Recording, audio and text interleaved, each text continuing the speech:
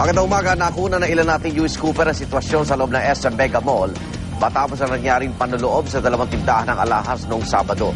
Dahil sa insidente, nakipag-unahin na ang PNP sa pamunuan ng mall kaunay sa pagpapaigting ng seguridad.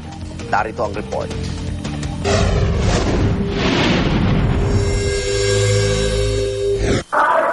Sa eksklusibong video na ito, makikitang nagtatakbuhan ng mga tao matapos umalingaw-ngaw ang ilang putok ng baril mula sa loob ng department store ng SM Mega Mall Building B.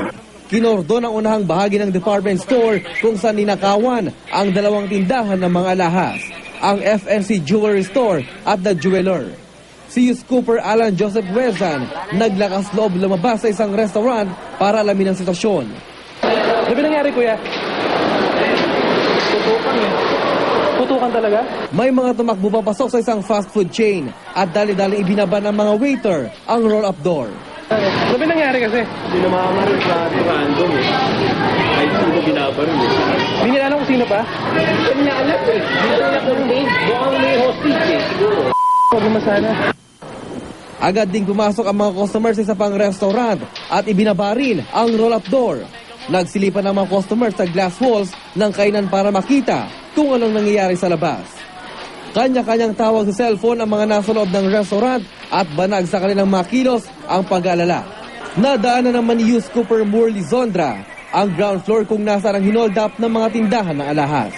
Naroon ng mga gwardya. Makikita ang mga nagkabasag-basag istante ng mga alahas. Pinigilan na siya makakuha pa ng ibang video.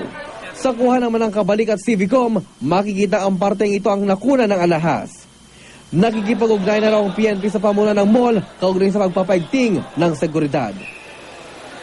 We are not blaming anybody here right now.